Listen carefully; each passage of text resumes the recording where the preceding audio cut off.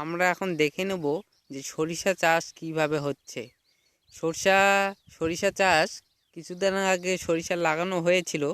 সেই সরিষা গাছগুলো কত সুন্দর হয়েছে, সেই সরিষা গাছগুলো আমরা দেখে নেব।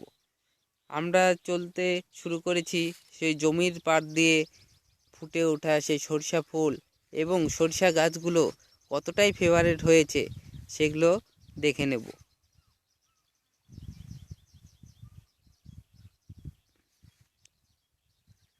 এই সরিষা গাছগুলো মাত্র 2 মাস আগে লাগানো হয়েছে।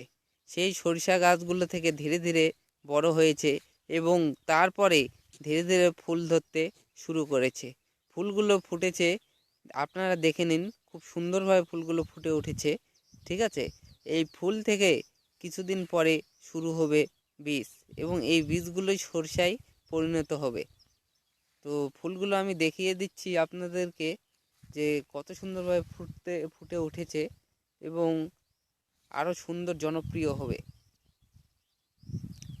ফুলের নিচের অংশ কিছুটা দেখা যাচ্ছে যে সরিষা ধরেছে, সেই সরিষাগুলো আরও সুন্দর।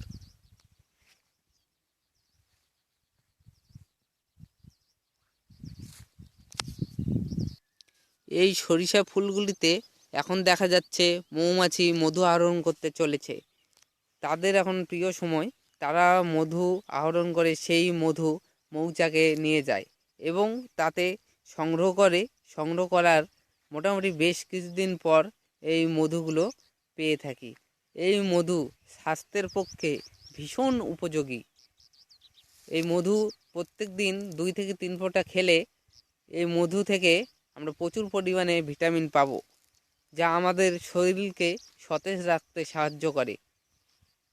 সেই মধুই আমরা পেয়ে থাকি এই সরিষা গাছের এই फूल থেকে। फ्रेंड्स, इस वीडियो को अच्छा लगा तो और भी नई नई वीडियो देखने के लिए प्लीज़ सब्सक्राइब कीजिए मेरी चैनल।